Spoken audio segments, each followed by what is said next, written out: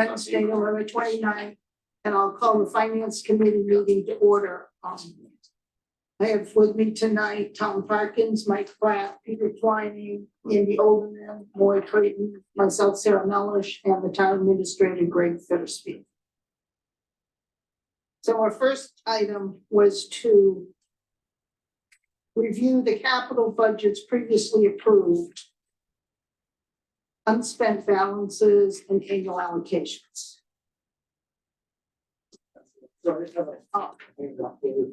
Oh, good. I found something on my computer, but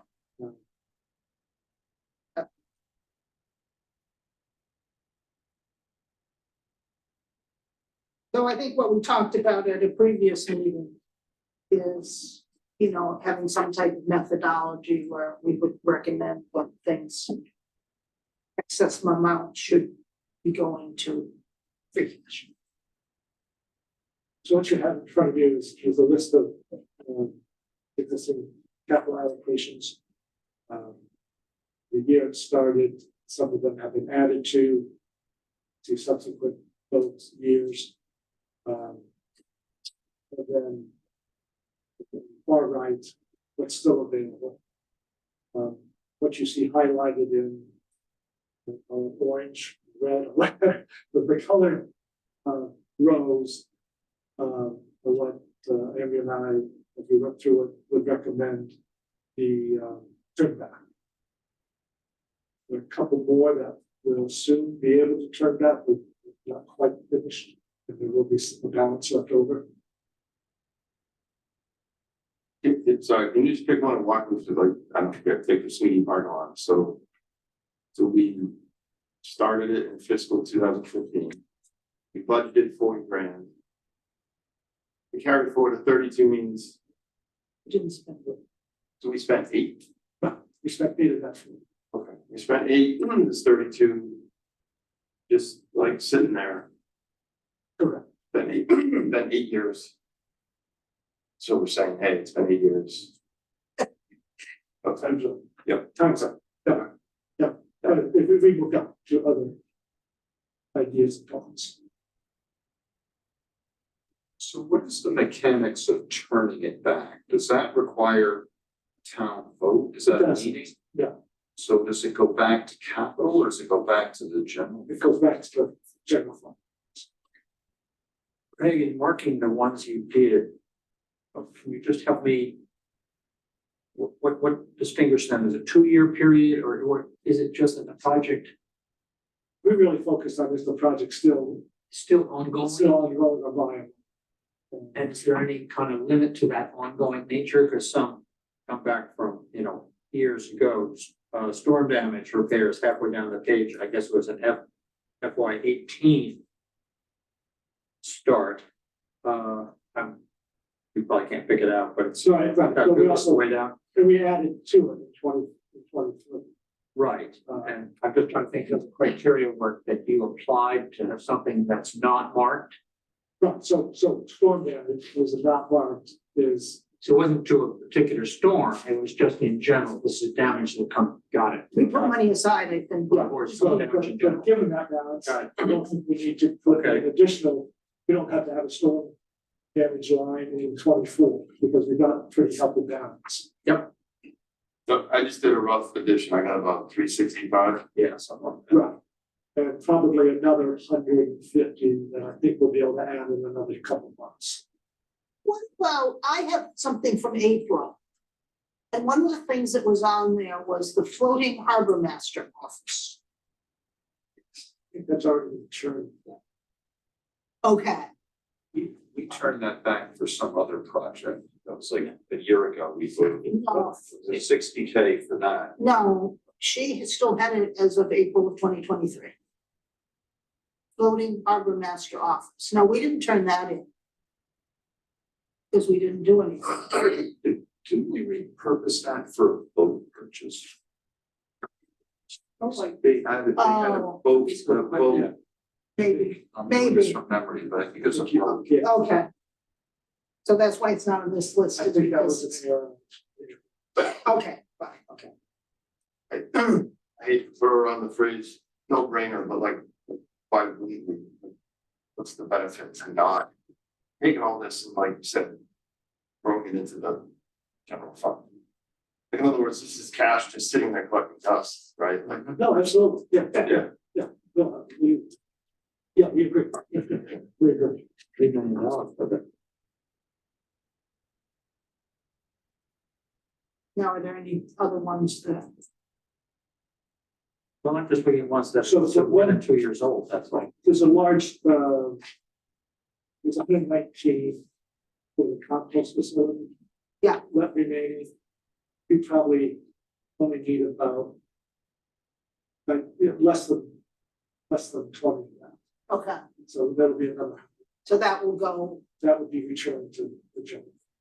so is there a We just want to close out the project. right, so is there a process going forward that as soon as a project's closed out, the excess money would go to free cash? Yes. Okay, Some of those are general, like fire station renovations. yeah, that's a sore point. Well, so we're gonna use that for the general, So. Look in the fire station. in the fire station. Okay, Okay, So again, set up allocating money specifically for general, we'll use that money, we won't have to budget new money for that. and you eliminated the there's another one. DPW tent. Whole line, Yeah, It's right, there's an interior painting and carpets about 3/4 of the way down, $5,000. I gather that was in 19 that was apparently started, so we just haven't, do we not need it? that project's been done, that was the leftover funds. so why can't that yeah, go why back? would, I mean, it's. I'm sorry, what we have. It's right above the library accessible. Thank you, yes.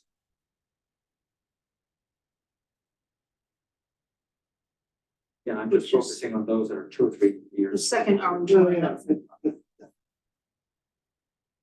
Let me double check, oh, I know why, because, there's some plumbing work that, needs to be done. And that's in this building? It's in the library, Yeah. Oh, it's in the library, right, so that was, that interior painting, carpeting, et cetera, was for the library. I see. And yeah, we were gonna return it, but then, we met with they and the library director, and there's some plumbing issues that have come that need attention. But What- those funds would be useful for that. What about the Pitney 70144 above that? For interior upgrades, library. $700. I say little. Yeah, It's- right, Right, again, there's some general. that was gonna, again, that could be used for that plumbing. Okay. Let me verify that, Yeah. that's my understanding. Because we had flagged both of those and then we talked about the plumbing issue that come up. And what's the status of the town hall generator? That's about to be ordered. Oh, good, okay. And the streetlight conversion is still, I gather, is still ongoing. Third one down. But there's nothing there left. It's gone. Oh, If you look way all over, spent. yeah. You're right, my mistake. Great question, just on the annual, so drainage sidewalk improvements, and then down below it a little bit is road construction. Yes, Those two together totaled about 425,000. But currently there's about 70,000 left. So is that pretty typical for a year? Like you do all this work, and you don't do it in the winter time? So presumably this 52.9 for drainage. Right. And the 122 for road maintenance that lasts us for the balance of the year until the next budget kicks into gear. so that that 170 we spent this one. Okay. We'll spend. And then down at the bottom, these are the general funds. The sewer treatment plant, general plan upgrades and water pipe replacement. Those are pretty big numbers. Yes. And are those typically there for a long time because of the magnitude of those projects? Or because it's in the general fund and you can't peel it back very easily? Most of those dollars haven't been there very long. Well, those are pretty new dollars. The exception is some of that sewer money is a little older.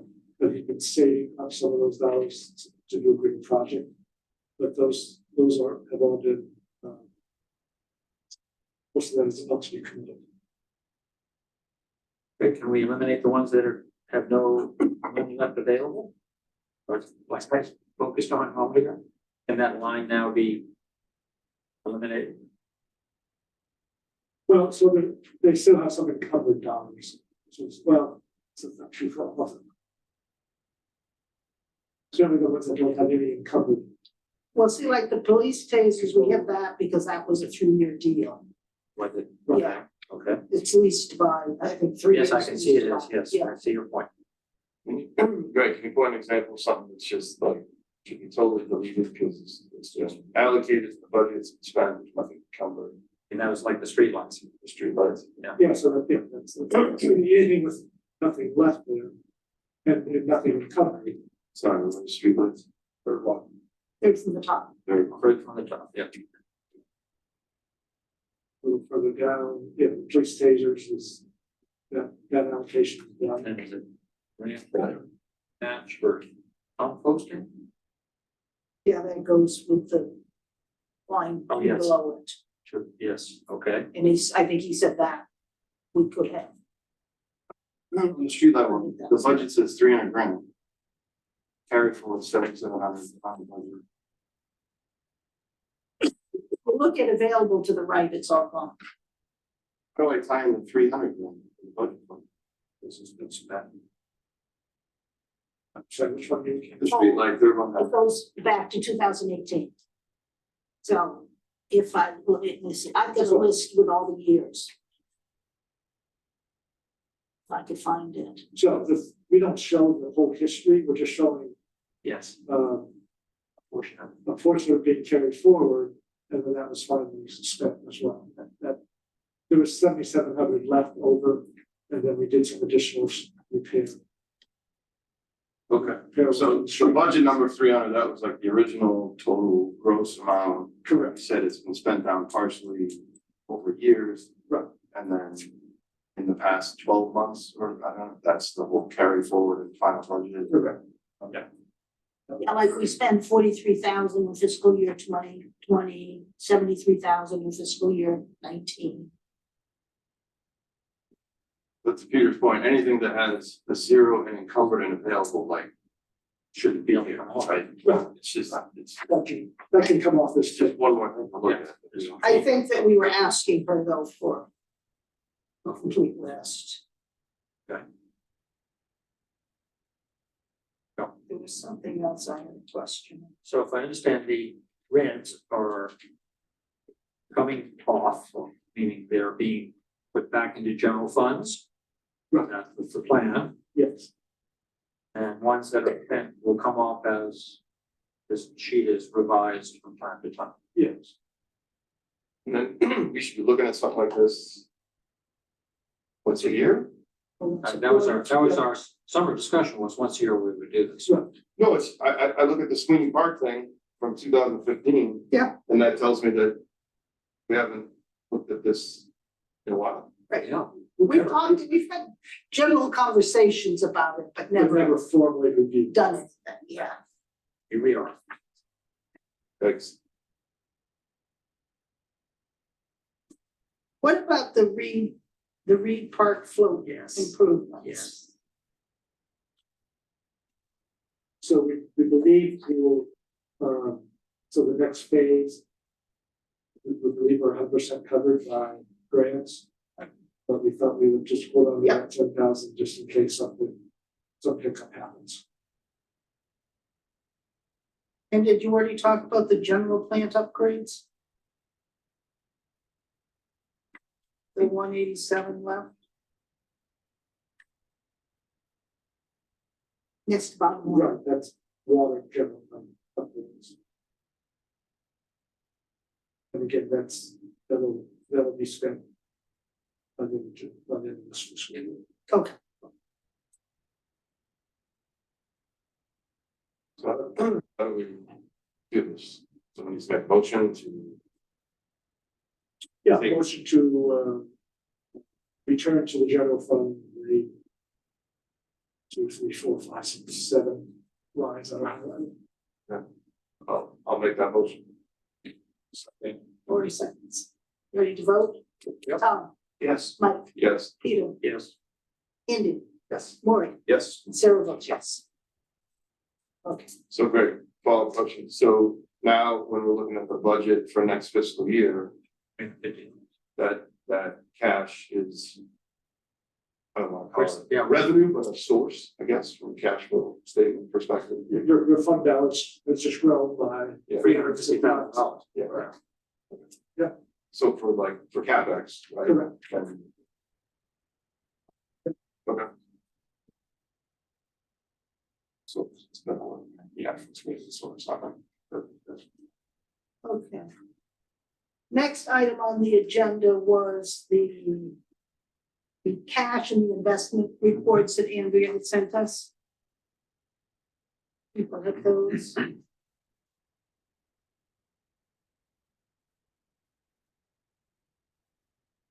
Remember when they were sent to on the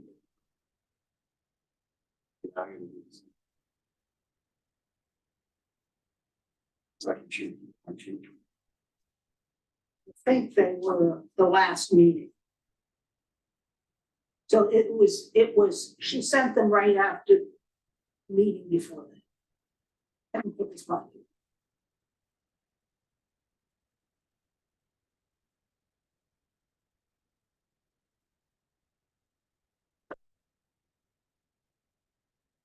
So I'm gonna make a broad general comment. I've talked to you about this a little bit, and this is something hopefully you can follow up with the treasurer on, but there's a pretty neat investment vehicle called the MMDT, named for the Massachusetts Municipal Depositors Trust Fund.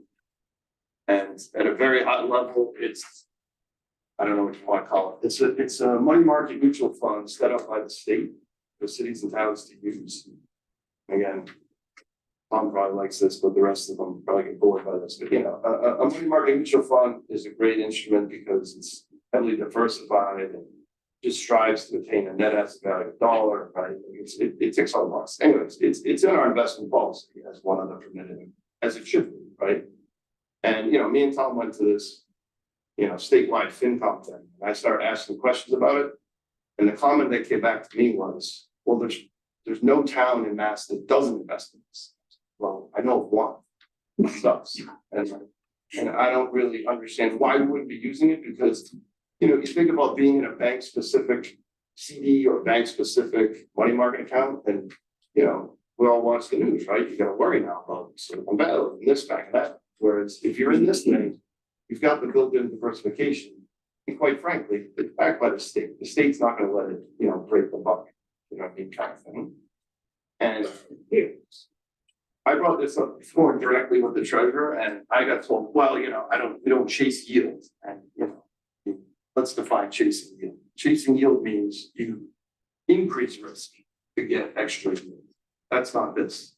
This is actually putting our funds in something that's, it's a better mousetrap, quite frankly. You know what I mean? It's more diversified. And by the way, it has daily liquidity, right? So any day you need the cash, you can pull it out. It's not like a CD where it's tied up for 3 months or 6 months. So you're talking about this for the general town assets, not the trust accounts? Is that Honestly, what you're suggesting is instead of having all of the general town assets in cash? I'm just saying it's a very neat tool. It's a very neat instrument. No, I'm not advocating like we dump everything and 100% this. I'm just saying, you know, we typically are sitting on, I don't know, $2 to $5 million. You know, just to give As a of wide. 9/30/2023, 20 million, including all of the trust accounts. That's it. So it's not rocket science, it's a money market mutual fund. Right. And it keeps in an AD1 doc, they use mark-to-market accounting. Make sure that stuff doesn't get broken. I was actually the product manager for MGT back in the days. So, Look at the question, We is, have- why aren't we using it? Why are we using it? We have money in a money market at Newburyport. Right. And I don't wanna bore you with the details, but there's a difference between a money market mutual fund and a money market. I know, I work for the, I Okay, so I- then if you was in know, finance, so yes. then if you know, the difference is a money market with a bank or whatever bank you said. Yeah. Now you have bank specific credit risk. Right. Whereas if you're in a money market mutual fund like this MMDT is, it's all diversified underneath, right? So. Right. I think the question on the other side would be, whoever is using it is the investment policy statement allowed for that. It does. Which, I don't know. No, it does. Our investment policy, which was done before I joined the FinCom, has it. That's the other reason why I scratched my head and say, why aren't we in it? Because the investment policy actually has it in. I think we have two groups of money. We have a group of money that's being handled by a third party investment person, correct? Yeah, and then we have the money that is considered the general operating money, which is handled by Jennifer, right? But it's through the various steps. And it's through banks, and it looks to me like she's using bank money markets rather than the state account. And the question is does it create a lot more transactions for her? If That- she would have to That's go the through the point I'm state. trying to make. This actually is better administratively and logistically as in addition to being better credit. I would venture possibly transfers to. Inexpensive. But does it take in? I mean, she's using the banks for all of our deposits. She's using a bank to take, for people to pay directly to the bank, their bills. I mean, you're still gonna have call it your daily cash management bank, whatever bank I have. Yeah. For banking purposes. Yeah, that's So fine. we That's have not what I'm, multiple banks. but that's something I'm just saying, if we're looking at bank money market accounts or CDs or that kind of stuff. This MMT, it's a better mousetrap. Both in terms of credit risk, liquidity, operational. Conversations, though, they are more expensive. Their fees are high. The MMDT? Yeah. No, When I asked that question, that's what I was told. I mean, I don't know. in fact, to be honest. I mean, there really are no fees. I mean, yes, there are fees, but there aren't, if that makes sense. In other words, if you put $1 million in the MMDT and they said the yield is 5%, which I'm probably not far off, right? You know, you're gonna get that interest on your daily balance. And yes, there are fees implicit in that, right? Instead of getting 5.025%, when you're 5. You know what I mean? Like but that's what the fees are. There's no fees. There's no like. There's investment management fees in the mutual fund. Yes, but it's baked into the funds. It's still an expense. It is, but it's baked, yes, but it's baked into, and what Tom was saying is, it's gonna be like 10 basis points. I haven't looked at it in a very long time, but it should be very low. Right, So I would be surprised if net the fees of the bank are lower than MFTT. because they have economies of scale. There's like billions and billions in this MMDT. Right, the state, you know, look, the state is not doing this to make money, right? Like, do they have to pay their people their pay? Of course they do, but they're not, right? They're not a Fidelity, they're not a Schwab, they're not. Would it be useful to discuss this with Jennifer, invite her to a meeting? Is that appropriate? I mean, what Jennifer has said to me, I kind of complained about the fact that when you pay your bill online, you have to pay like 50% fee, it just irks me. And she said, but you need to understand everything the banks do for us. So it may be that she's not being charged much by the banks at all, I don't know, but that was kind of her. Yeah, no, they don't, they all of our check is free.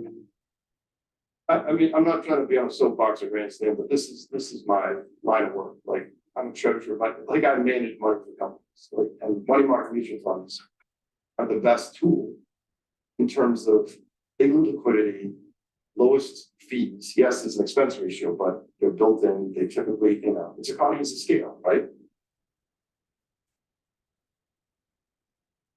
Plus you have the Have you looked into? plus you have the diversification.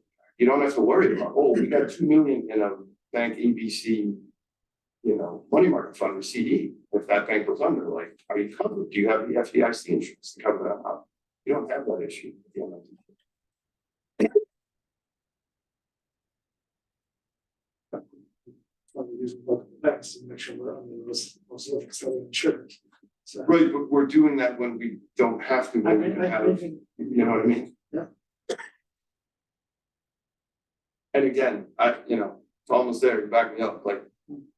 It was like every town uses this, and I was like, except for us, like, why do we think we're smarter? Like, why? yeah, it's worth exploring. I don't think it's a tool that's gonna take over all the banking functions. Yeah. But for a sleeve of money that the town has, it's very likely, in my opinion, and I haven't looked into it in years, so speaking off the cuff here, very likely that a sleeve of our money that doesn't need the daily liquidity, although it can have it, may benefit from the higher yields, which I expect exists. Right.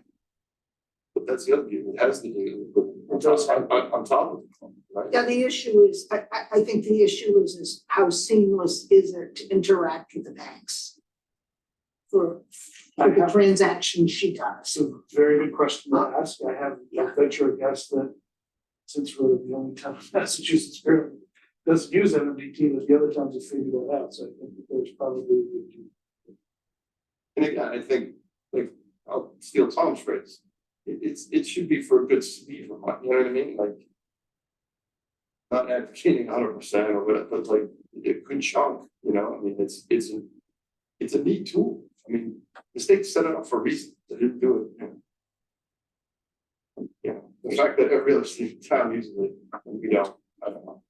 Is she moving money between banks or not? Do you know?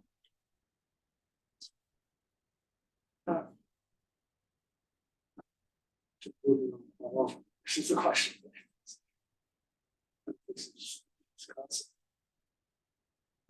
No, I'm just curious because, I look at this and it says Eastern Bank has a lockbox and then it doesn't bank monies.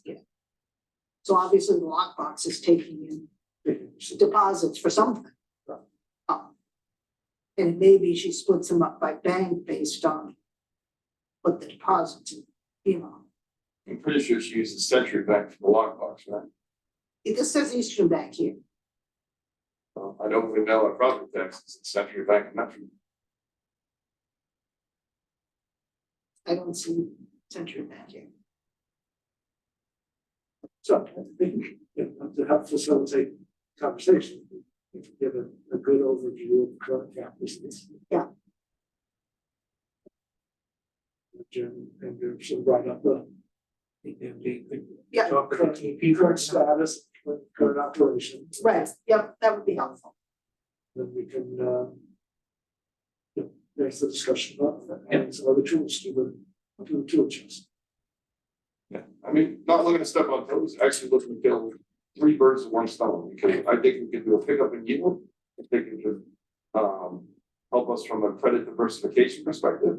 And I would argue make a day-to-day operational life easier. So 3 birds with 1 stone.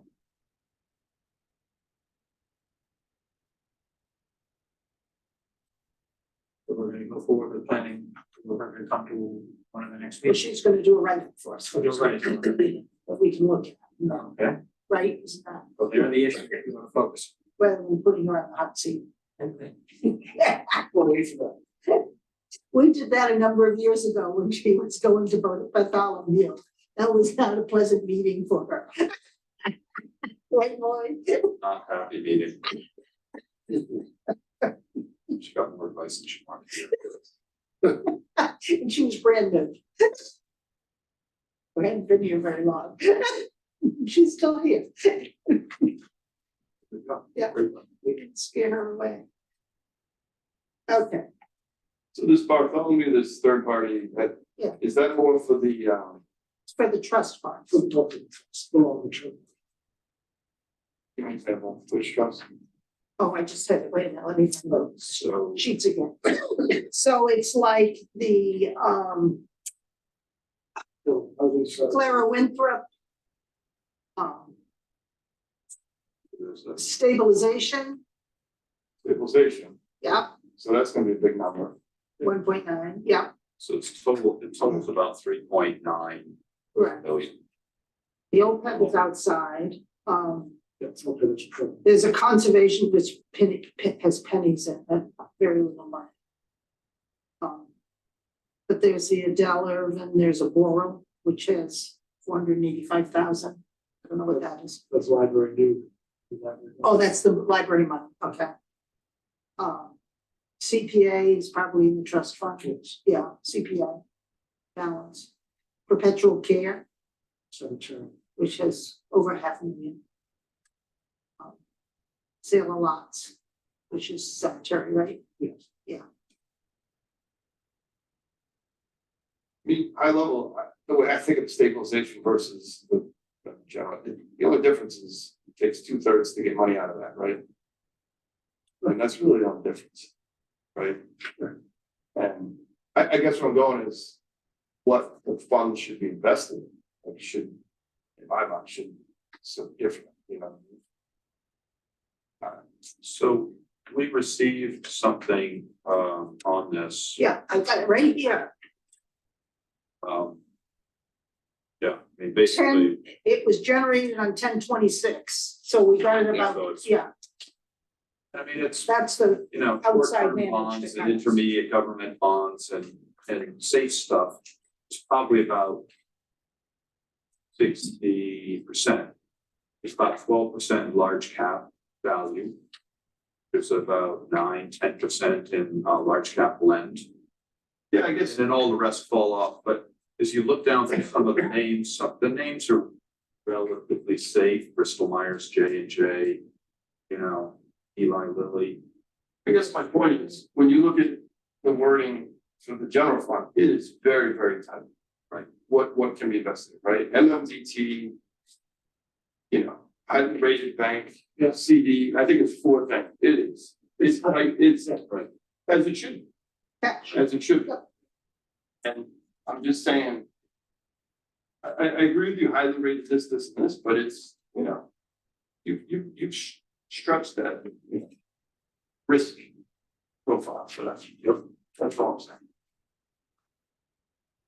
And if the argument is, you know, well, it's in the stabilization fund, that's long term, and you're not gonna file it, then okay. Maybe that's how you can square with that, but I don't know. I mean, it just should, I guess the point I'm trying to make is it shouldn't be that much different, a risk profile. We haven't taken money out of the stabilization fund since prior to 2011, I can tell you that. Because we didn't have much and we started putting money into it, and we've never spent it since we started putting money. But we're talking about spending some of it this year. Well, that's right, that's where I'm going. But you would have a lot of, So I guess if we are gonna take some out to. Put in. Right? that's something we talked about, yeah, that's something. we talked about. That's, sorry, this is last one. Right, I mean, this consolidated statement is good, but it would be good to probably have, you know, what's like the average duration, what's the data on this? With other things that are, this statement kind of breaks out a little bit about allocation, but. No, that's but the this underlying, no, this underlying detail, Yeah, down the page or two. This other detail, yeah, no, I see all the individuals, but I think rolling it all up to the top, it would be good to know what's the risk on this. Exactly, what's the high level risk, the base risk, yeah, right. And I don't worry about that first thing, because it's so tight. But, you know, whether it's MMDT or whatever.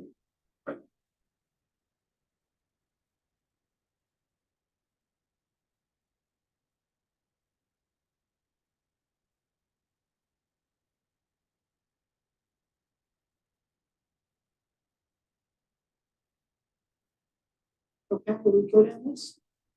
Jennifer's gonna do a demo, She can do a report. Yeah. Then talk about that. we'll sort it out.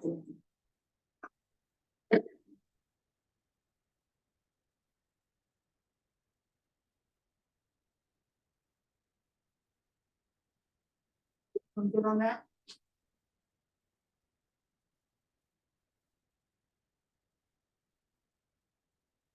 DPW updates on water infrastructure. Chuck sent us an email Yes. with lots of stuff in it Excellent. and lots of attachments. Yep.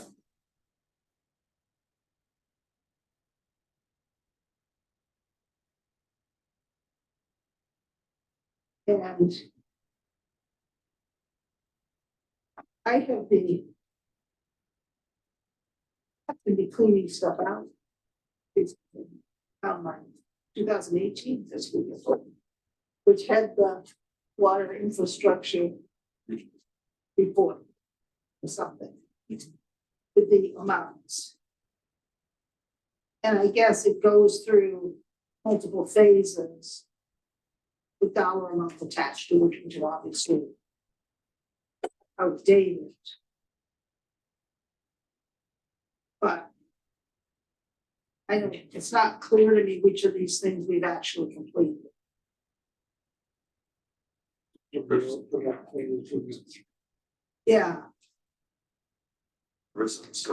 another map of attached parts So that shows the green line that's in place.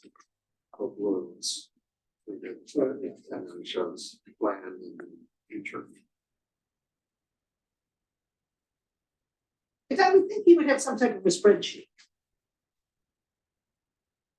that would have taken it from this report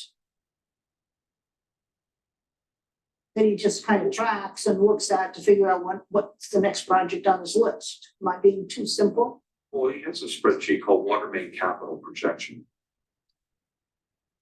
Where was that? That was part of this massive email with Oh, okay. Okay, but he. Let's break it down, like Forest Mill, Pleasant Tap, and Bennett, Summer. So, for example, in fiscal year 24, looks like he's got 5 million. Forest Mill is part of CS2. And then,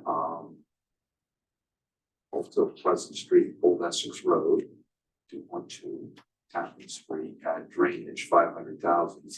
You'd be happy 400,000 on Bennett Street. That's the other end. That's 27. That's just from Bridge Street to Forester. That's so they can reprove it. That's 27. That was on the critical list. He's got, It's brutal.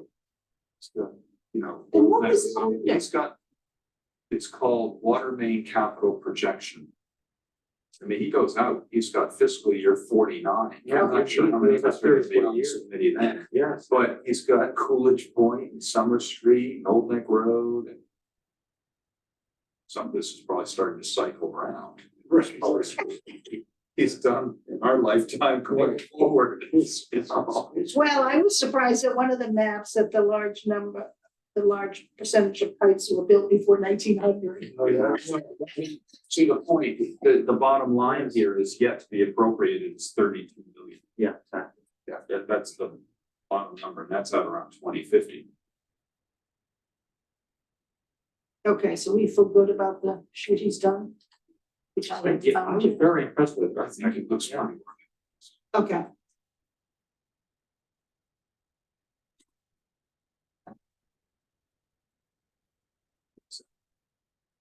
It's the last PDF. Yeah, I got maps.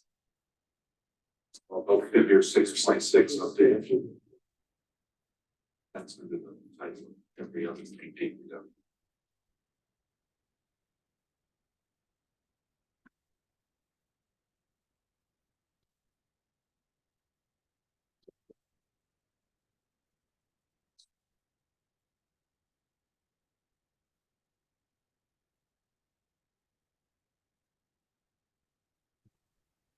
This is Chuck. I don't want to jump in because you guys are going great, but if you need any questions or me to go over anything, let me know, and I'll be happy to do it. Thanks, Jack. I wasn't sure where you were on there. Yeah.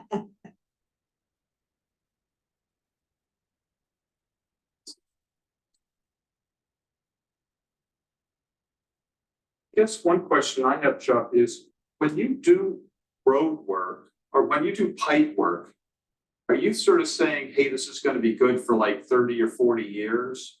Or what's the sort of average lifetime? And then is there some work that you're like, we're going to have to come back at this in 10 years just because of something infrastructure about it?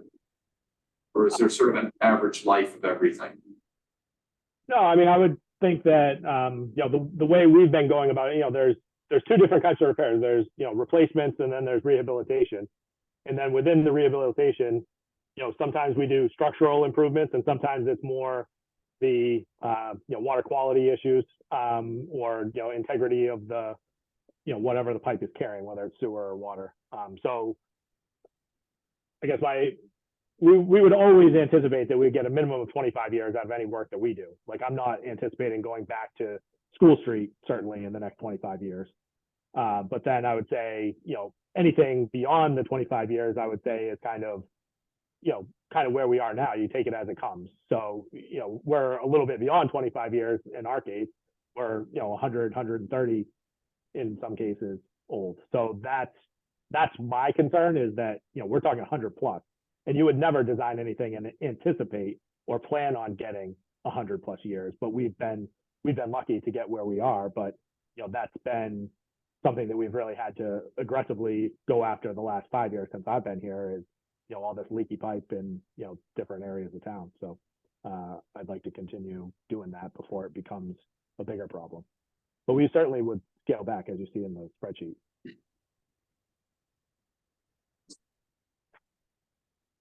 I noticed on one of the maps, Chuck, that there were pipes in, I think they called it corrosive soil. What impact does that have? Identified corrosive soils. Does it seem to have an impact on longevity or something? We definitely have areas of town, I'm not sure the map you're referring to, that, you know, are kind of hotspots. You know, it's a couple different things in the soil. You know, there's chlorides, you know, especially from the salt water, and then there's just sort of aggressive stuff. So like over by Forest Street and Summer Street, where we actually just did that kind of small piece of pipe on Forest Street. I think that's actually the, you know, kind of on the opposite side of Summer. That used to be an old brick quarry. So it's like brick clay in there, and that is very aggressive on the ductile iron pipe.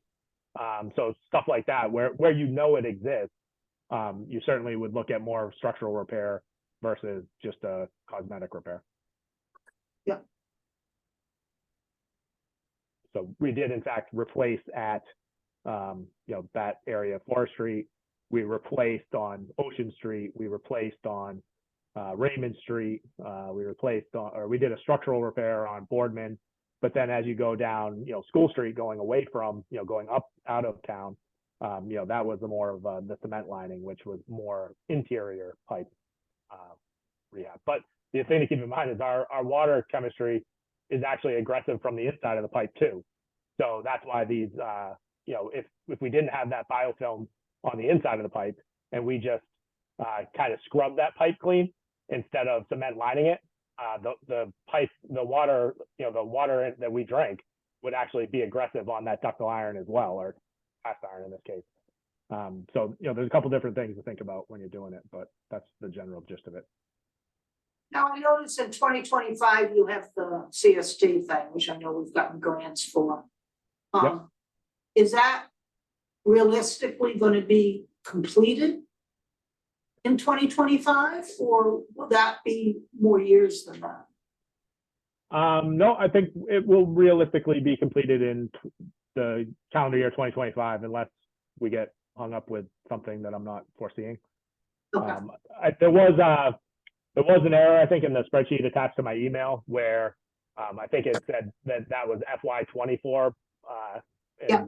It will be FY25. Yeah, we might start it. So, you know, we haven't started it, obviously, that construction yet. Same with Pleasant Street, will be FY25. So I think my my FYs and my calendar years are a year off, but the list remains the same.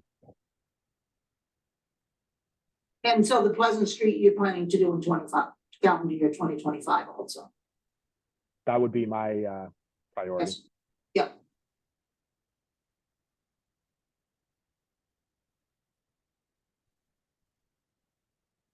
Is the priority list, is the priority sort of scenario you use on this, Chuck, based on sort of age and the most likely things that are going to fail?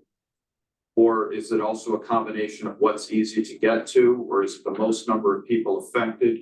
How do you, what's your logic in sort of putting together this priority list and how you've done it? Yeah, well, I'd say it's, 90% science and 10% art, or maybe, depending on the day, that might be a different ratio. But in general, the things you mentioned are definitely, top of mind. If we had breaks, like, Forest Street wasn't really on my radar until we had, like, I think 3 or 4 breaks in a month. And then I'm like, we got to fix it now. So that, things can change based on that kind of stuff happening. But really what I'm looking at is more the criticality of the pipe and what's the redundancy. So, that, and then there's other things that go into it that are kind of less critical, but also that I keep in mind, which is the other infrastructure on the road, the other work going on in town, and then, what kind of redundancy do we have? So, when we did School Street, that's a very critical pipe down the center of town. That's basically the only way we connect, the well to the treatment plant side of town, and the treatment plant to the well side of town, goes down that big spine. And I would say that, that was a critical piece of a pipe. And so that, that kind of pushed it to the front for me, the ability to kind of wheel water around town. And so anyway, that also meant that we had to have a bypass set up, which was the bypass that was out in the street for the year.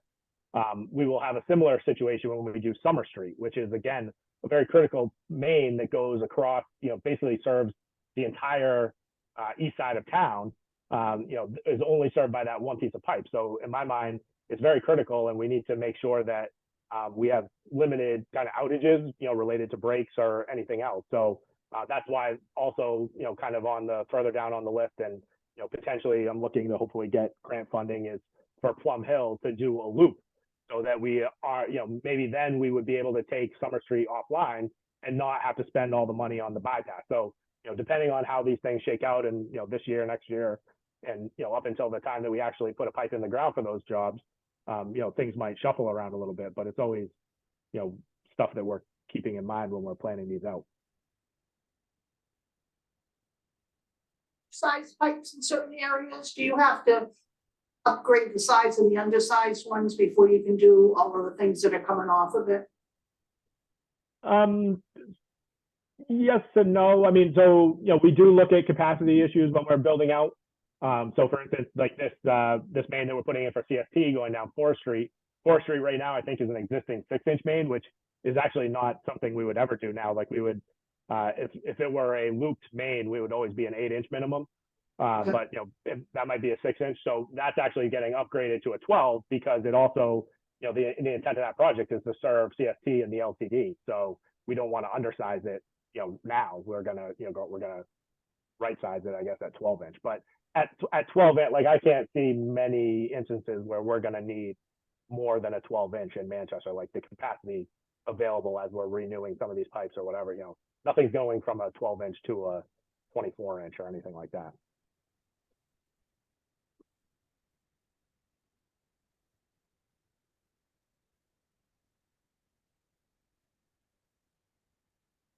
Any more questions on the water?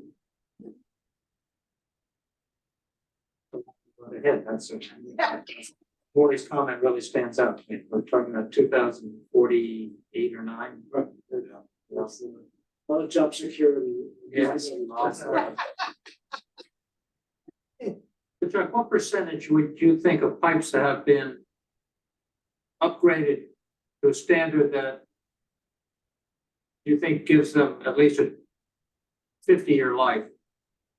15%? 20%? It's probably about it's probably less than 20, but around 15 to 20 in that range, because we've done, so I think this was in my spreadsheet. I don't know if you scroll up, there's 13%. the work that we've done to date since I've been in town, which is 5-6 years now, and that's about 13% that we've done. And then there were a few mains that were done before I was here, Pine Street, that is, I don't see any reason why we would need to go back into Pine Street at that location. So, there is a little bit more than what we've done, but for the most part, I would say, you look at that red pipe map, I mean, that is, whatever the number was, that is like 80%, 87% of our system. And that's what needs to be replaced, I think, or rehabbed. We just it's been fairly cheap on the past 6 years. Mhm.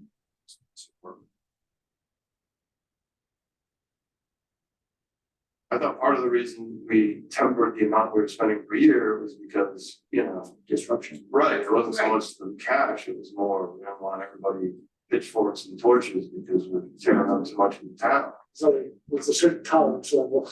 Cause I think there was one year when they would do any, I think the year they did Pine Street maybe, but there was other stuff also done. And it created some angst. So my sense is we're doing this rapidly as possible, but I'm not sure it's rapid enough. Is that fair statement, right?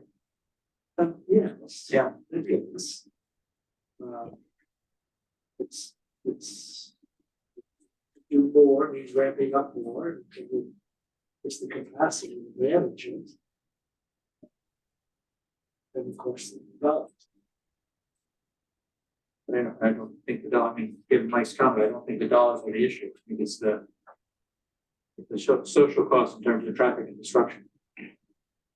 I'm Just the capability to do it.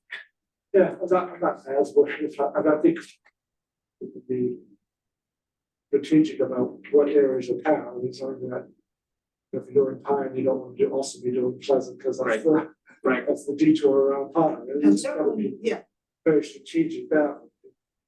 Yeah, it's really more of a management capacity. When you say management capacity, I mean, in my mind, When you can farm it out, you can. well, that's what we gotta Well, be, isn't that mostly what we're doing? but you have to prepare the bid, you have to do the procurement, you have to make sure that, there's oversight. And yes, you can contract a lot of that work out as well. Have we or no? Yes, Yes. so it's a combination. certainly School Street was very disruptive. Combination of some of our DPW guys doing the actual work versus third party or not? No, out more the administrative management oversight procurement issues. So combination of And what? quality, construction oversight, whether that's in-house versus hiring someone to do it. So sometimes we hire someone to do that, sometimes we try to manage that in-house. So like, who's gonna be the GC, basically?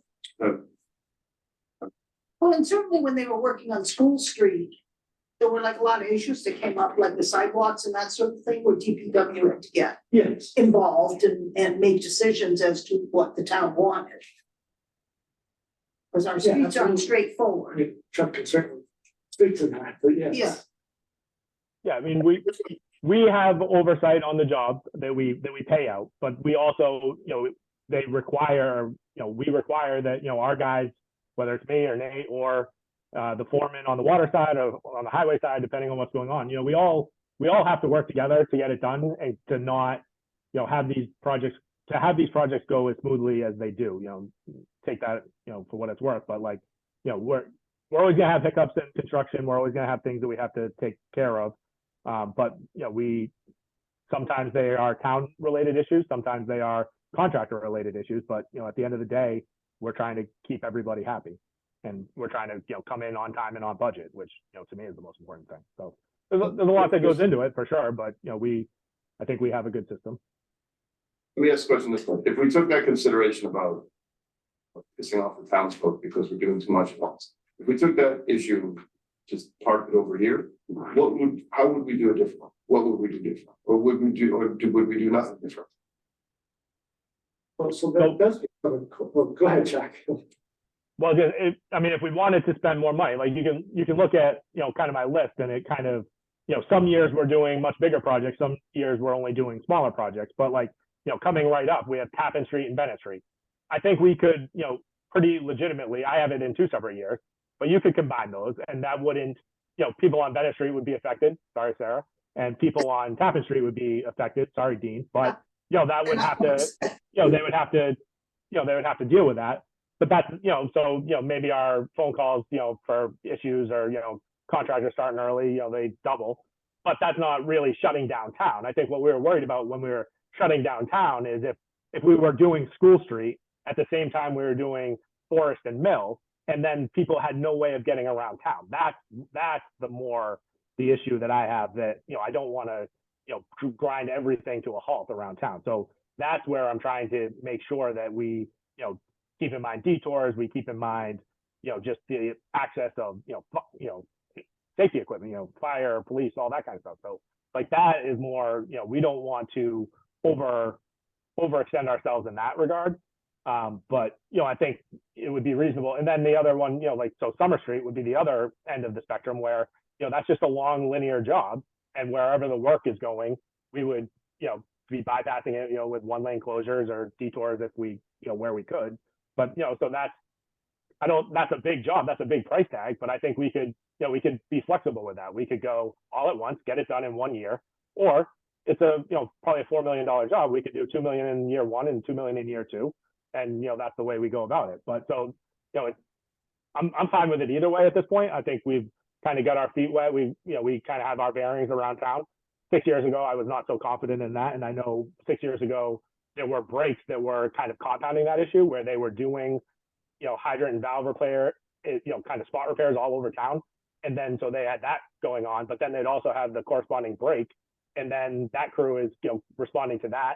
So those are the types of things that I think now are kind of in the rearview mirror. But, like I said, I'm willing to do it kind of either way, but I'm going to do it in a thoughtful manner that makes sense. I'm not just going to, stick to my list because I put it on a list, today. If that makes sense. So you have a, 25, 20, 27 year list of projects, 32 million ballpark figure. If you wanted to speed that up, you certainly can. It requires bigger bonding. But that's a choice for sure. I mean, My only I would concern, be happy to speed that up. my only concern is something that's 30 years out, is that pipe just gonna take us back to the old concept of when something fails, we attend to it? I mean, if it's so long. Yeah, but we haven't been having many failures I know we recently, if you haven't. think about it. I'm not criticizing the current operation, I'm just asking. No, are we Are we setting ourselves moving up past for- it now? right, to avoid? Yeah, exactly. Yeah. Yes, and that's the judge on it. Yeah, that's a tough call. In terms of, what's the next stretch of pipe that's gonna start? fitting? Yeah, I think it's just 30 years or whatever this is, it's a long time. And I don't know if these pipes are, you got Summer Street here. And a portion of it being done in 40s, 45. I don't know, that's 20 some odd years away. And so that's one of the oldest pipes around, I think, Summer Street. Are we good to All go? these red ones, all these red ones. You want to know what's happening with Bennett is. It's We don't care. between, it's between Bridge and Forester. Bennett. No, I was asking the dollars. 100. That's what you want to hear. Absolutely. So we just pushed 365, Yes. which is, it's rounding, almost 400. I mean, Yeah. So to Chuck's point, why not do Bennett and Kaplan, sorry. Same year as opposed to Kaplan, sorry. We got the cash, we just pushed it in. Yeah, no, we can. This is a question of how quickly you want to try to ease down, how much money you want to spend on an annual basis. Yeah. So, yeah, those are the choices. Okay? You mentioned bonding, and I guess what I'm saying is, it seems to me we could be, I'll call it slightly more aggressive, or qualified as that. We could be slightly more aggressive, just use a little more cash, to chip away just a little bit faster. Not like a, nuclear, so just slightly more. But I think part of it is and I've been looking at this, we're about $1.3 million a year on average, if you take 32.5, you divide it by 25 years. So you could accelerate that another 200,000 or 300,000 a year, and Chuck said, hey, you could have projects on opposite ends of town, and it really, right, disturb people. But if you go up and look at our conversation a while back about like 150 to 200 million dollars worth of capital projects, when you look at the big picture, with water treatment plant, Essex Elementary, PFAS, all this stuff, the question is, how much capital work do you want front load now versus over time? And I guess I would prefer to look at the whole picture, because if there's a really compelling reason to deal with the water treatment plant quickly, and that's a 25 or 30 million dollar nut, then we really want to accelerate this stuff. What can we wait on? What do we have to do immediately? Which is why I brought up that question last meeting about PFAS. Do we need to jump on that now, or can we wait here? And that I think we need to look at the whole picture. But Roy, I am looking at the whole picture. I'm merely asking the question, when you get out in the far days, will those pipes last? Is it our best judgment that those pipes won't turn into emergencies, which cost us about twice as much as 300 a foot to fix? So that's all I'm not asking of anything other than that. That we actively make that judgment. That's what I'm asking of Chuck and of the town management. Because it's a long plan. I agree with everything you said. To me, my two biggies is the PFAS and the water treatment plant. Those are my two, whatever. And without trying to get too much in the weeds, I'm just saying if there's a way to chip away at the stone a little bit, like if we just push 365 on this, we just stroke with a pen, you just got 365 grand right here for capital. If we can identify a little street and, this street's on this side of town and this street's this side of town, so it's not gonna muck up, or, traffic and emergency and, that's all I'm saying. So I guess my question, I'm fine with that approach if we can get there. I think we try and do a little bit of that anyway, where we bid more than we actually think we're going to be able to construct. But Greg, what is the mechanism, I guess, for that? Say we wanted to take the 350 or whatever was just kind of pushed back in the pot and put it towards, this year's water main. Like, I don't think we can do that, right? Like, it has to go back to town meeting to say, we're going to continue that work. Right, just, Right. it would be how we craft the capital budget for Right, this year. how we budget, how we Yeah. target it. It has to get approved, but we can certainly target budgeting. Okay. So you're just saying we can up next year's capital by that corresponding amount. You're not saying like do it now, I guess. Right, No, yeah, no. No, we don't have that, option. We don't have that option. but you got 2.2 million. I think where it makes sense, and Chuck, where you're seeing that there can be a couple of future projects that could be put together rather than done separately. And we can put those, that number in front of us in the town, then we can make that decision at that time, right? Right. Yeah. So I mean, I think that's kind of what I do anyway. When in a couple of weeks when we talk about the overall budget that we went over yesterday, Andy, is I put in kind of like a high end what I think I would want to take off and do, take into account all of these things that we've just discussed. Now, that being said, I wasn't banking on upping my number by 300 grand to correspond with some other number that came back. But, I think I generally try and be aggressive in, my target. And, if it gets funded, it gets funded. If it doesn't, then, I try and go to the plan B.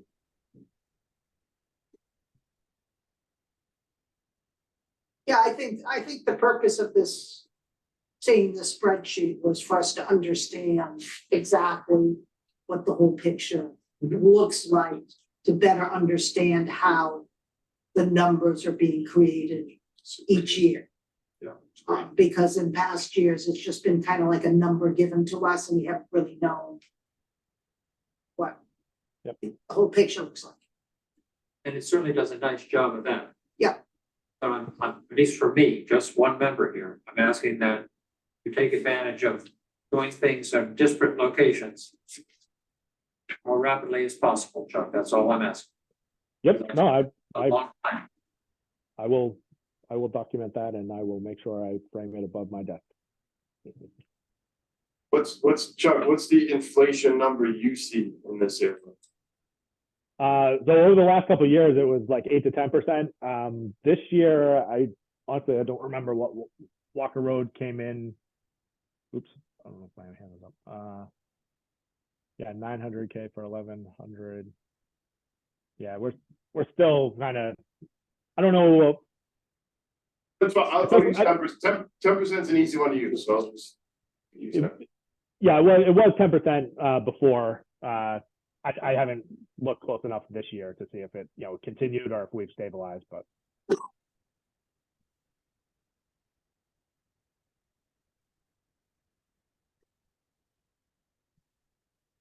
So we good on this? Yep, I think we're good on this.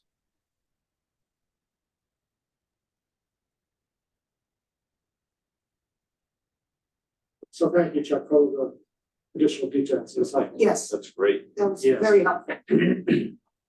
No, anytime. You know, we kind of mess with this once a year and we kind of forget what goes on from year to year. That's good. So it's nice to see. We're starting on Walker Road on Monday, so if we get a piece of pipe, I'll bring it by for you guys. Okay. Yeah, where are those photographs? Look pretty interesting. How long do you think Walker Road's gonna take? I think we gave them 90 days, but I think it'll, be, a month to 2 months to get the main online. They'll be cleaning up and stuff probably, for the full 3 months, but Right? that's a job where, we can kind of get in and do it. There's really the problem there is the main is not in the road. So we'll put that in its underside. So we'll put that main in the road. It's actually going to be a big benefit to the people on the other side of town. So It's not in the road. Bridge Street.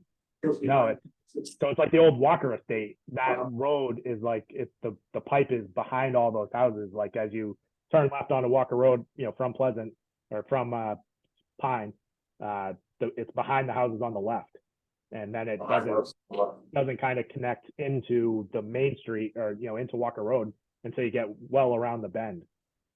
And it's all 6-inch pipe, so now it's going to be 8-inch pipe that's connected to the good pipe in Pine Street and Pleasant Street. And it'll make a huge difference, I think, to the kind of Beverly side of town. So you're able to install the new pipe without disconnecting the service from the old pipe while you're doing it? So you don't Sure. need to have temporary. Yeah, for this job. That's why Okay. this is a winter job, not a, we Oh, were okay, able to got get it. I was wondering how the water was gonna run. Yeah, so we're just gonna leave that pipe active until we can cut over the services. Okay, And then once you cut over it, do you just leave it? You just Yeah, leave we're it? not gonna go back and get that old pipe. That'll stay there forever. Say keep it.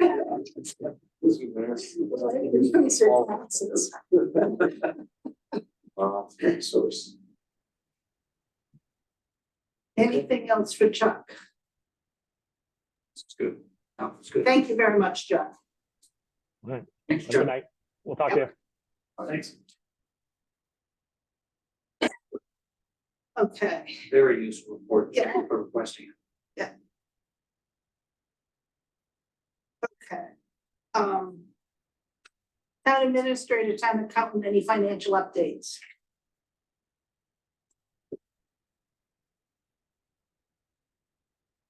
Now, I heard. Well, we can do this when we get to the updates, but I've heard talk out of Essex, FinCom, wanting Manchester to come up with their share some other way. Okay, that's what I was hoping. I come up, yeah. I sent them an email to them saying, "Look, we're not gonna go against the bush. Okay. Right. Okay. Yeah, Essex is still pushing to do the consultant. Thank you. I didn't know you were correct. Yeah. So I suggested to them, proceed, you'd be supportive of proceeding with the audit using Nessie state. Yeah. And if you want to use your dollars to do a peer review of what Nessie's Okay. auditor does, that might be a nice compliment. Dorset. Okay. That was a little hot. It's curious to me that they would suggest it. Okay, liaison updates. More in the school. So I guess this sort of segues in, we've been having these collaboration meetings and, the portion of the school committee or a group of the school committee have sort of said they're very uncomfortable with that. So effectively now, I think those have been tabled. Uncomfortable with what? So we have collaboration meetings periodically with, few members of the school committee, Pam and Avi, when he was on board, as I presume you know, Avi has moved on to another position. A couple of representatives, from Manchester, FinCom and Selectman and Greg, and then counterparts in Essex. You know, I get what the collaboration, so the part that's new to me is the people on the school committee are not saying they're not comfortable with these. They're not comfortable with it being, Closed, not Not public. an open meeting, non-public meetings. So they want to function as a, some offline sounding board type of. Okay, right. brainstorming, share ideas. Yeah, no, I get it. I would have assumed that they were open. It's Yeah, just, because- no one decided to go. Theoretically, the door is left open in the room and if somebody wanted to walk in, they probably could, although I don't think that's ever happened. But they were treated as a formal committee with Right. agendas With a and posted agenda. Okay. so that's what it was. the school committee is, majority is question. They're uncomfortable with that. Or just the fact that they're not official, yes. Correct. Or that all of their members are not involved. Yeah, I think that's the I relation. think that's where the rubber really hits the road here. Because there's written summaries done of Are each they meeting. useful for communications? So why don't we just make more fully attended? Because it strikes me as a very good forum for discussion. Yeah. Well, the challenge is that I think if you look back, sometimes there's comments and things that are made in those meetings that probably would be, not be great to be public. Sometimes they talk about, staffing, they talk about infrastructure, they talk about scenario 1, 2, 3, about how to replace a bridge or would the voters maybe be amenable to this or not. And so, it's a great sharing of ideas. I think it's been extremely helpful for Avi and Pam just sort of getting the temperature of what the two towns might be thinking about before they embark on a program that brings everybody into the room and everybody starts raising their hand and saying, no, no, no, before something ever gets off the ground. So I think we've lost a part of, or we are potentially losing a part of how the two towns in the school district operate together. And I can just reflect back historically, prior to doing this, I would say that the interaction between Manchester and Essex and the school was somewhat adversarial. And I think we've worked hard to bring this all together. And it's disappointing. So wait, so high level, they're just killing them and that's that? Well, I think they're tabling it until somebody comes up with a better idea, but essentially they're not happening. So Just seems like Sure. it just seems like the tweaks that would need to be done would not be all that dramatic. Well, I'm not sure whether they would have much value. right. Is the challenge. Now, I did receive a request from the chair of the Essex FinCom, whether we wanted them to come to one of our meetings, discuss the school. So I'm not sure what we've accomplished by that. That's kind of that's my reaction. Sort out their own town finances. Yes. Right, yeah, I mean, they have challenges and I think that they have issues with personalities on school committee and finance committee and select board and that they're having trouble seeing one path forward. I don't see the argument against, I don't see why that hurts. I mean, like, I mean, we had that all committee thing, I mean, that was almost too much in my opinion. That's like too many talking heads one Right. But I don't know, Austin, Essex, FinCom, I don't know. steal your phrase, just to take everybody's temperature. I mean, I don't see why that's a bad thing. I don't. So again, the people in this room may not agree with this, but my perspective on this and my growing perspective on this is we've been sitting and we've been listening very, very patiently as good participants for probably 2 years now. And Manchester is a key player in this whole school thing. And I think we've been listening and listening, and we've been very, very quiet and letting the group of people in Essex, I'm not entirely sure it's the majority of the people in Essex, drive this bus. And I think it's time that we stand up a little bit for the voters in Manchester who are supportive of a strong school system. And that we state the values that we think are important here. And I just feel like we've been listening, we've been sort of in the backseat of the car for a long time. And it's time to stand up and say, you know, this is kind of where Manchester voters want to be. And that may not agree with where Essex is going to go. And frankly, if all this rolls down the path, we end up having sort of a super majority meeting. There are some people in Essex who may be really upset with the outcome of that. But rather than it be a surprise, I think it's probably time to start getting in front of that. But Maury, to Mike's point though, having them meet with us, isn't that an opportunity to deliver that message? Yeah, I think we did in the all boards I meeting. think we did in the all boards I think that they're standing firm. That they don't want the budget to go up more than 2.5%. And they don't seem to be moving off that position at all, and I'm not sure that a joint meeting would do much. Is in my opinion. They're. I'll speak for myself because maybe I'm in the minority, usually on this, but I agree that we've done a lot of listening. I've done a lot of listening, but I've done a lot of listening to Essex. And again, in the first 6 months of this year, it was all this bitterness and acrimony and finger pointing and all this kind of stuff. But at the end of the day, when the dust settled, the school district lowered its budget roughly $1 million, all over the pen. And you know, no programs were cut, no music, no, you know, and it came down to, I think, mostly 5 retirements. Yes, it dipped into their cash, but they're sitting on a huge pot of cash, so that doesn't bother me when I need to dip into it. I'll just take exception with a dip on a gross basis and a net basis, but that's getting in the weeds. So I you know, I didn't mind sitting on the sidelines and listening to them because I almost felt like they were saying some things that I felt. So yeah, well. we're comfortable that we've been clear about what Manchester, our job in representing our voters has been clear to them. That we communicated that. That's my point.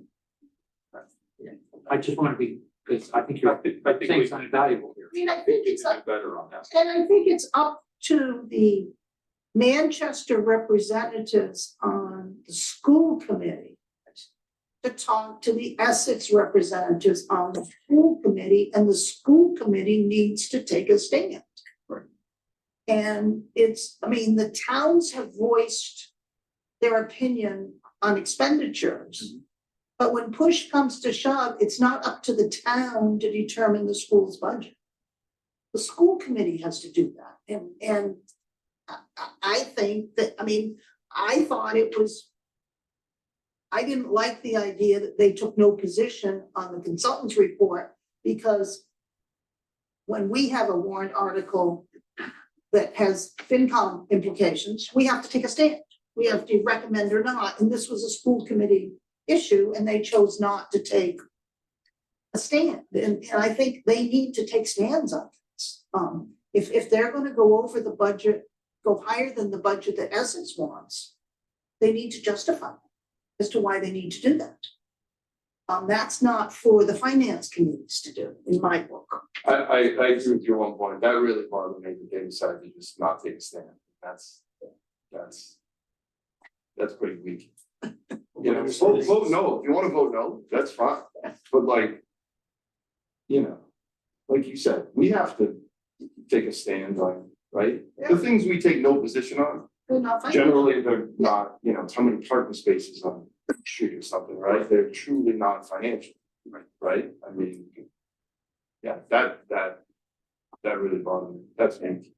So I do feel like this the school budget issue is going to just explode.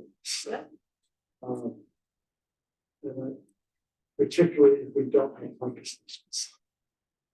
I think the public needs to know. This is a real train wreck.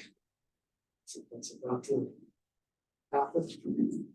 I think it's incumbent on all of us in position to try to foster some discussion, but we need to try to do. I agree, it's not worth getting together if there's not a productive reason for getting together. I fully understand. I think we should try to make it a productive discussion. I agree. And if the two chairs can work on how to make it productive, or it doesn't have to be the chairs, it can be a couple of you or something. I just at least like to try to make a productive conversation take place. Otherwise, we're just gonna have a train. So maybe he was pushing for December, maybe we push for, try to do something in January after the preliminary budget's out. That's not a bad idea. Wait till the first cut, and then at least there's something to talk about. But it's, I mean, it's gonna be more than their 2.5%, no matter. Correct. Right, so I'm not sure what benefit there is to wait for the actual budget. I mean, because it's more of a principal discussion that we're gonna be having with them. If our position is not clear, then But maybe we can explain the way we look at things. I mean, so for instance, to me, it's kind of interesting that they voted an override for the North Shore tap. So they knew nothing about the budget and had no control over the budget. They rejected it for the school district, that they knew something about the budget and have control over it for the budget. And then they voted $353,000 cash to pay for the fields when the school could have bonded it. And that was more than the override would have been for the school operating budget. So, and that's kind of inconsistent with the way we look at things. But very, very specifically, it would be great to hear the answer to that question from the Essex FinCom. Why is town of Essex fine with about 2.5 override for the Essex tax tuition? That's a productive conversation, Like, you really beautifully I don't summarized. know. And then to your point, Andy, I just think it's easier when you have numbers to look at. I agree with what you said, it's gonna come in over 2.5%, blah, blah, blah. But I just think it's more productive conversation when you have at least the first round cut. So then you can go, there it is, it's in ink, let's talk about it. I get you, I guess I'm leaning toward the side of the more time they have to kind of reconcile, kind of meeting the bar. Yeah. There may be Meeting the bar, I mean, well, in other words, they're gonna have to go up above their 2.5%. Unless we get outnumbered at some sort of super town meeting after it gets voted down twice. Then, it's gonna be the Manchester voters versus the Essex voters. Town meeting. I'm agreeing with most of what Greg said. I think, it can't hurt to have some more conversation. Yes, they need to be productive. They need to be set up in a way that they can have some kind of positive, whatever. Yeah. I just like the idea of the January thing where at least there's the first round cut. And then at least if they come, at least there's some numbers to talk about. So I'm not sure we're gonna have school numbers to that. Yeah. Well, The preliminary in December, get that with what- December 13th or 12th or something like I that. thought first half of summer. Yeah, Sooner rather than, yeah. and then they do the final budget by like February 6th. mid-February, yeah. So if we meet with them sometime in January. Yep. I'll put it into. Yeah. Just make one of our meetings be happening. I don't think it sends a good message, just say no, go back. Yeah, I'm all for talking about. Yeah. I guess I'm just a little frustrated with this particular point at this time, because it seems like, some of the folks that we have talked to, whether it's on the school committee or on the Essex Finance Committee, they're in favor of, supporting the proposed school budget, but they're bending toward pressure If it's just an echo chamber where, folks come in and say, we can't go above 2.5, we can't go above 2.5, we can't go above 2.5. It's like, what do we do with that? So I think there has to be a dialogue here. And I guess I'm very much in support of meeting, because I think it's a chance for us to amplify our message a little bit, which is, You know, we don't want to see the school system go down. Well, you know, as Greg said, it's coming to a head, right? Yeah. So I think every opportunity we have to make sure that our position is crystal clear, is a good opportunity. Right. I think my old sales days were, tell what you told them, tell them again. Exactly. Well, I think part of the dialogue, because I've had this one-on-one with some Essex FinCom, is to explain like, it's not all that different. You know, 50% of our town budget or more is the school. And so, you know, we starve or whatever, you know, whatever verb we can use some of the town side so that we have the extra cash from the school district. You know, Have a fancy new public safety. it's not building great, yet. it's not fun, you know, so I think that message needs to get moved, you know.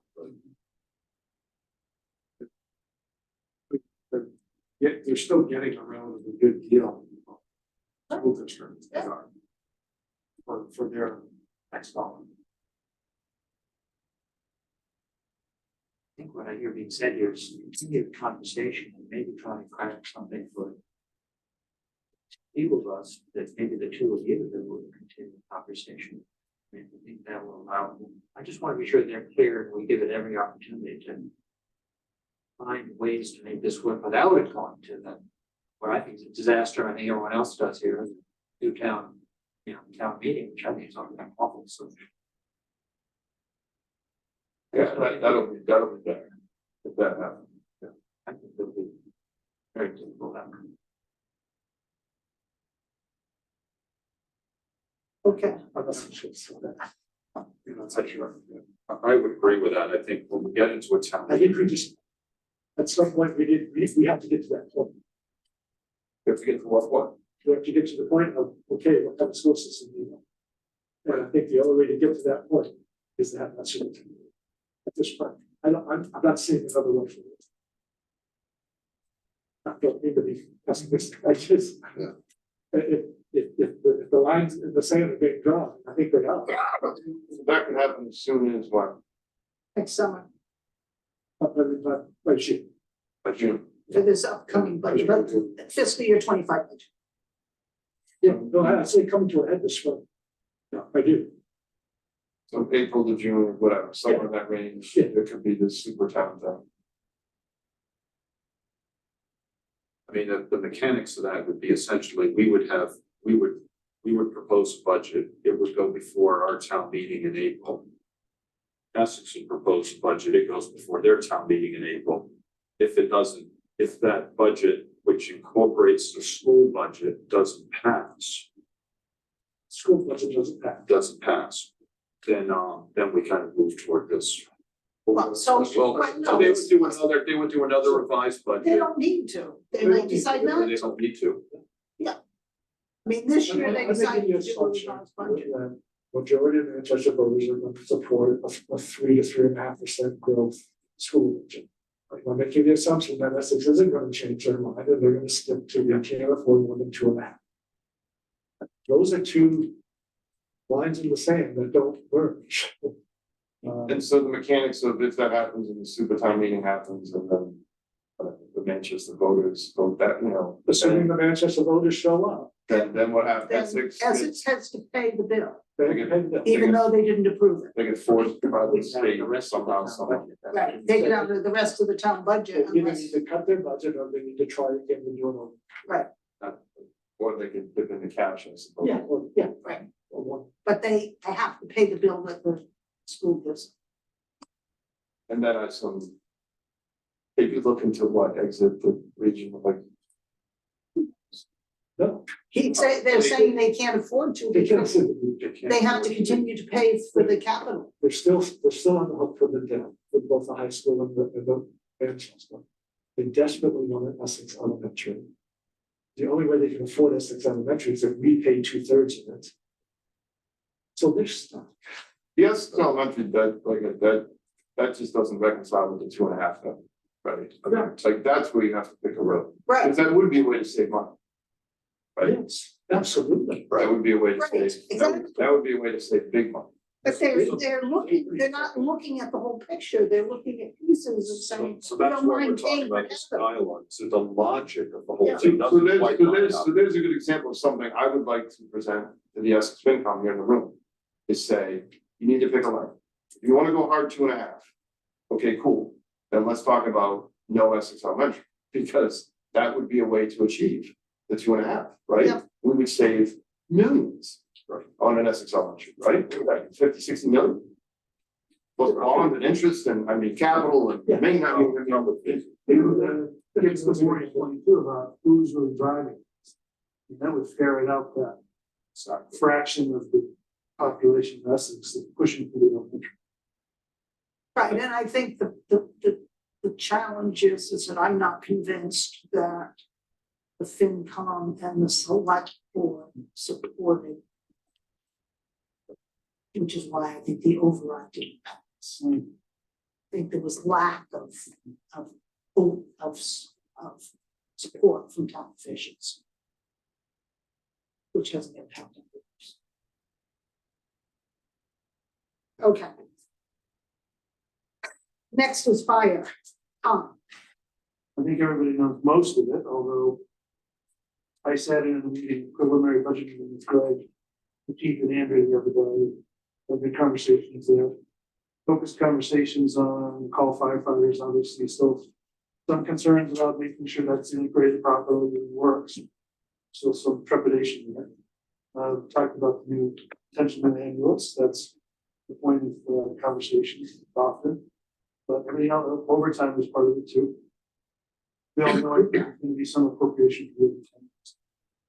But other than that, I don't think there's really anything different. Mike, please. Yeah, met with Greg, Andrew, Chief, and Mark the other day. I guess one of the big highlights is gonna be an OT hit spring of next year because 2 of the officers got to go to the academy. So, I don't know, high level, you know, the 90 OT, we think what, could go up to 150. Yeah. So that's not good, but, you know, hopefully a one-time thing, right, because when they come back from the academy, and so the following year. We expect, you know, to go back down to a more normal run rate of 90, right? Talked about potentially you could, you know, obviously you could hire another full-time to offset OT, but. I don't know, in some sense, probably not a bad thing to run with a certain amount of OT, it's just a certain amount of like a flux, right? Yeah. What else? So 111F rolls off in a year and a half, so. That's a Oh, good that's thing, good. that'll be a little pickup, Yeah. right? Yeah, it only took 10 years. It doesn't happen again. Yes. What else? And the magistrate never ruled. We keep trying, we keep asking. Like that job. You said almost most towns in Massachusetts have one of these things happening, so There are cases that have sat for 20 years. this is like. No decision from the courts. Up to years. It's absurd. Yeah, it's the non-functioning system. It's a malfunction. I don't know, I just. I don't- People keep their job over that situation, I don't understand. I mean, some, like politically, right? Somebody's gotta know somebody at the top of the food chain to like shake that up, right? And Apparently nobody wants to. road to go What's that? legislators are hesitant to Hmm. push those kind of.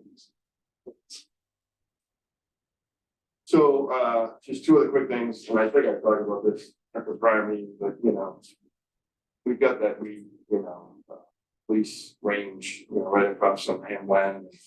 It came up again because, you know, it showed an amount for ammo, which is pretty de minimis, but again. You know, Chief mentioned the first time that we get free ammo out of the deal, and I'm kind of like, well, maybe we can get a little more than free ammo, right? So, you know, I think there's a little opportunity there, right, to you know, get some cash out of these other towns that use it, right? Because the alternative would be they might have to send their guys to far away Yeah. to qualify. Devon's, I think you mentioned Greg or something. IoT. Right. Yep. So, yeah, not looking to gouge our partners and neighbors, but you know, it's make hay while the sun shines, right? And then the other one, and I guess this would go across more than just police, but you know, the gas stuff. Right. I think there's an opportunity there. We use this provider called Wex. WEX. WX, so it's something with the state and it sounds really neat. Is this auto gas or, Correct. okay, automobile gas, okay, not heating, Yeah. okay. And it sounds neat in that, you know, you sign up with the state and then they track all the data so you can make sure. Gas we bought, blah, blah, blah, plus you get a little state discount, because you go through like a wholesale co-op state. But, you know, and some might argue this is double dipping, but why not? I still think it's an opportunity to talk to some of the providers in town about bulk discounting, right? We're buying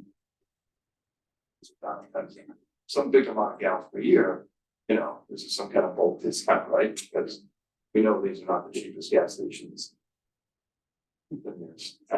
Pine Street used to be, isn't anymore, I guess, damn, it's 35 cents cheaper than one. yes, but it used to be low. So, you know, could be an opportunity, but Yes. yeah, that's it for Bruce. Peter Harbor, Nothing particular. okay. Andy, you, oh, go ahead, I'm sorry. Go ahead. Just, I'm not having, so, it's coming Monday's select board's meeting, there will be presentation discussion on the, launch. oh, So currently. What time is That's that? just, I can't see the figure, yeah, I want to go to two. the meeting starts at 6:30. Yeah, you didn't start. Okay, but I didn't know, We don't have this, I don't have yeah, the okay. timings. There's also the assessors are gonna be there. No, the assessors are leaving. Oh, the assessors are there, yeah, Assessors will be there for the, recount, setting that's it. classification, the official amounts attached. Which are dropping, the rate will drop because values have gone up Right, that's it. significantly. It's about across the board 15% increase. Dropping down. What's the rate on there? So it will drop to 110, 10, yes, below 9, Below 10. yeah, 9:30. but the assessments will go up. The question is your assessment increase more than the median or less than? Right, that's always the. So that's why I like to see transactions. You see a transaction, typically, right, it's going for a lot higher than it's been sitting on the books for the past 20 years. So, Right. I mean, Right. love to see transactions. One going on near you, right? I bet. Oh, many, So you were saying about the launch, Yeah, so, Yes. How big is holding these, Yes. service we have offered. About. This kind of price of the covenants of payment. just the launch, not the mooring business. No, just. Just concentrate. So that will be a discussion that takes place.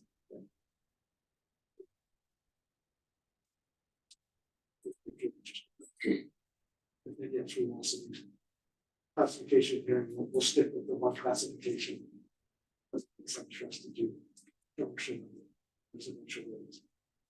not yet. I was gonna say. No,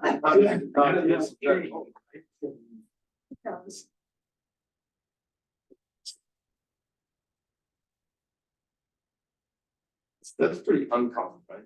For a town or city to not have two separate rates. Or am I wrong? Towns? So, No. it's pretty common to have a single rate Really? for a better community. Okay. and Gloucester has two rates, but it's like 1.03 difference or something. It's like, yeah, it's like not sure. Yeah. Most of the time just don't have that much commercial. Okay.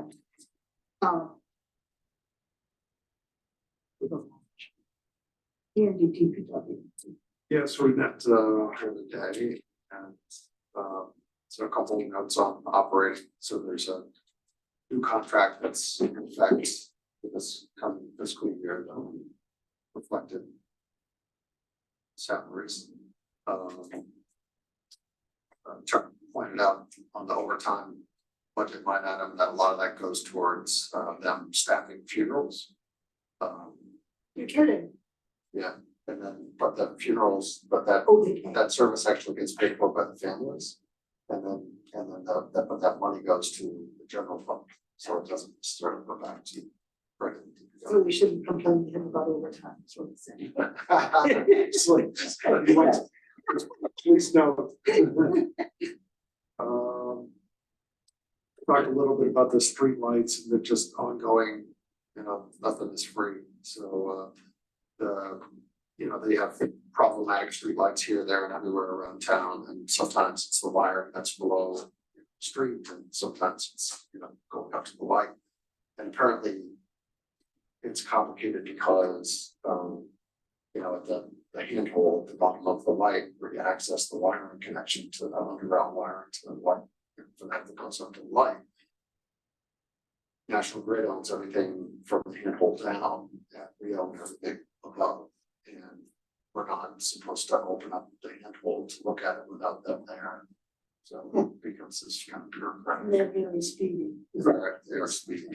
They have 10 business days to install my smart meter. We'll see what happens. It's only been 2 years. Let's not end up like Newton. You see that story? The water meters. Oh, yeah. So like 20 years, they had bad meters. No, there was something wrong with the meters. They did estimated readings because there were Oh, yeah. manual readings, and anyone who has an estimated reading has the option to go read their meter and send the reading in. And people didn't do it So they're sending those 15, 20 grand. Oh, wow, 50 grand. because they're just replacing the meters. They're estimating based on big data. No, they're not estimating. Now they will. Well, they're data. Catching Yeah. up for all the underestimates. Yes. Okay, go ahead, Andy. Let's see, sanitation. They're in year 3 of a 4-year contract for collection. And then they're in year 4 of a 4-year contract for disposal with the new operator. So that'll be coming up this next year, right? That would be cheap. Right. Those numbers are trending down right now. Black Earth contract to start next month. Got that right? Yeah. 50,000 a year ago. That we made, that'll be reopened because they're requesting some additional use of the old landfill, so. It's down, this should come off of that Okay, 50,000. Future years, we'll see that. I think we should see that. So wait, 50,000 which way? For- He made that. We currently, the new contract calls for the town to pay 50,000 for the compost pick around town. And that's down from 65, but we feel it can go further down, can drop further because if they want more use of that property. But there will Okay, there was some, Are they paying us rent? So they, instead of paying rent, they drop the price of the property, so we think it should go further. Yeah, 0. well, we have that option, right? That was one of the options, So was that going was to to give them a zero. longer term lease and then they Yeah. were to drop it to zero. I mean, I don't know the dollars to the penny, but that's good value, right? Yes. Can I Yeah. have a rent for it? All I gotta do is send my trucks around, pick up the. But they are also manning the transfer center and the Right. compost that DPW used to do. right, which always was like But an that- overtime cost. So Yeah. that was worth another 15,000. I mean, the pickup, if we didn't have them doing this, would be several $100,000. But you can just go there, Picking up compost. just go there. Yeah.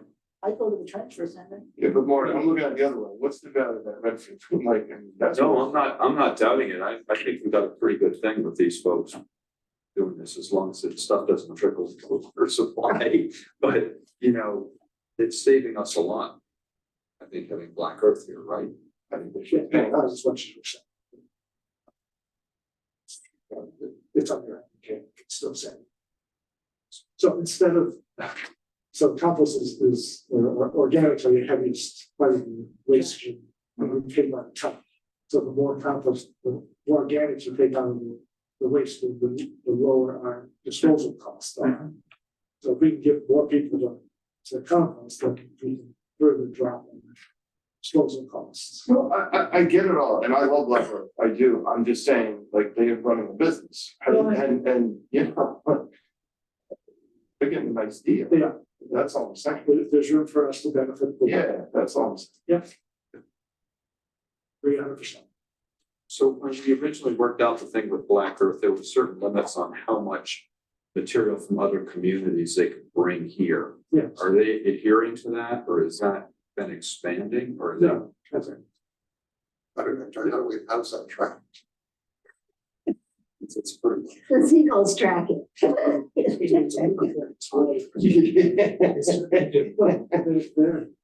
So they're new facility.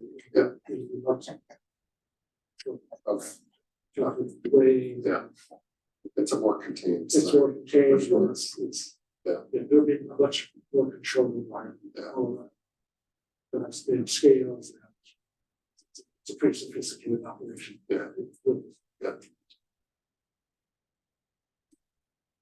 Anything else? On the sewer side, Chuck is showing, a request to add an additional senior person to the wastewater treatment plant. In part, that is of that proposed block of money that we're gonna be, he's looking for us to fund this year for $3 or $4 million to restore operation of that recycled water. Yep. To displace now what we're using as city water. So they need more personnel to kind of oversee and operate that. There's also thought that, that person might be able to split time at the water treatment facility. And that starts to get them, there were a lot of ideas being thrown out. One of them was, you know, hey, maybe we could look at having Woodard and Curran, you know, they've expressed some interest in, you know, maybe operating a wastewater treatment plant, which we've talked about before, I think years past. We talked about the opposite. And getting rid of them. Right, exactly. We talked about what it seems to ricochet around, honestly. So I think it's time to sort of revisit both ideas and sort of get that sort of the pros and cons. Yeah. Yeah, get some good numbers. Right. So that we can have a intelligent conversation. Anything else?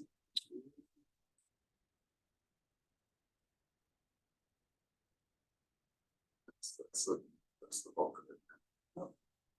Jane couldn't make it, but he gave me the list of CPC items that are up. And there are, it's mostly small stuff.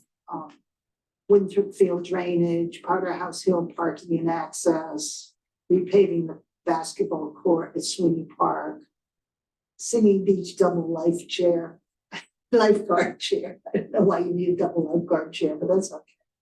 Moby mat for the beach, whatever that might be. And researching land parcels in the western woods. And Causeway Brook restoration at Memorial School.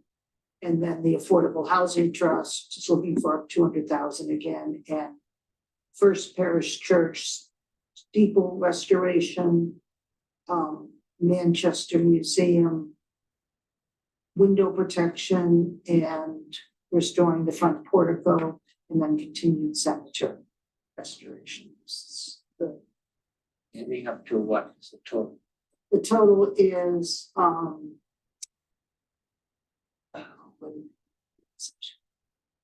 $440,500. They bring in, expecting to bring in 516. And they had over 100,000 from last year, so they should have about 224. To finish unless somebody comes forward with something else. But it's relatively small stuff. So it's a funding a project to. Did it before. Yeah. We gave restoration for what the buildings dollar, yeah. Because it's Circle. historical, it's in town, and I think it also does a lot for the community. I think it lets, yeah, right. I think it lets people use the parish chapel without charge. I think that's what they give back, and I think the museum has started opening up for free a lot of times. They keep seeing signs there, it's free, and they're doing more programs. I think. So. Yeah. Okay. We have no minutes to. So.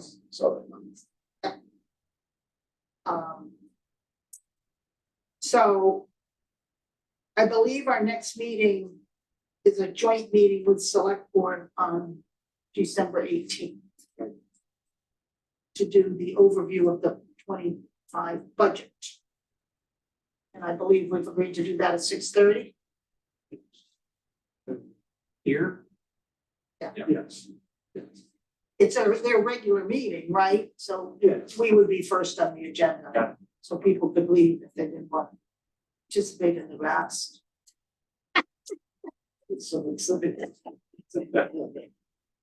So I think it'd also be good to start getting the time on capital. At that meeting, yeah, okay, yeah. Yeah, we didn't get very far on capital. So. It's worth having a discussion on that, I think. And then we would be, I don't envision another meeting in December unless people feel they really want a meeting. January 3rd, probably the next meeting, There would be the first Wednesday in January. then weekly thereafter. Yeah, I have to deal with the third Wednesday of the month. That's the 17th. Probably. I have ZBA meetings every third Wednesday, so the question is, do we go Tuesdays or Thursdays for those weeks? And we'll have to figure that out. And we have a little extra time Can because you you actually make that, because I have something that would be otherwise on Tuesday, which I can change at this early date. Is it likely that that's what we'll do? We'll go- what is people, do people have a preference? I prefer Thursday. Thursday? It's fine with me. For when they come forward. It's the third, next year, we'll be meeting on Wednesdays, but for the third Wednesday of the month, we need something other than Wednesday. So the question is, do we want Tuesday or Thursday? Either is fine for me, but Okay. Thursday doesn't have a conflict. I think you just. Okay, So we'll go with so we'll Thursday. go with Thursday.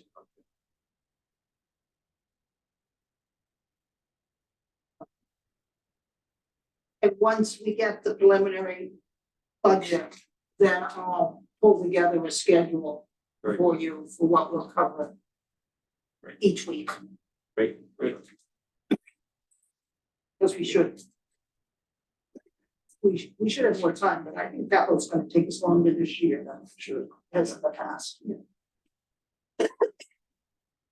Is there anything else that people would like to discuss? It's not on the agenda. One thing is the detail, nonprofits have to file what they call a 990 form, and the library is not. Filed theirs, it's not on record, it's being filed, so it may just want to be a heads up. The state site doesn't show. It's showing organizations that have filed for 21. And for some for 22, and the last library one, it's like 2018. For the state site electronically isn't that stuff. So paper filing, I can see. I got one quick follow-up, just because I did the research during the meeting, the expense ratio for that MMDT is 3 basis points. So for anybody in the financial field, they can find me a fund, that's an expense ratio that low. I'll wait, but I'm not gonna hold my breath. If you can beat that, good luck. Thank you for that So that's information. 0.0003. If you're doing it, that's.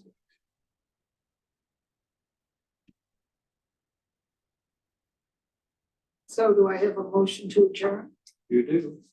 Who moves? You second, Maureen? All in favor? Thank you. Thank you, bro. Thanks for that. You did. You did.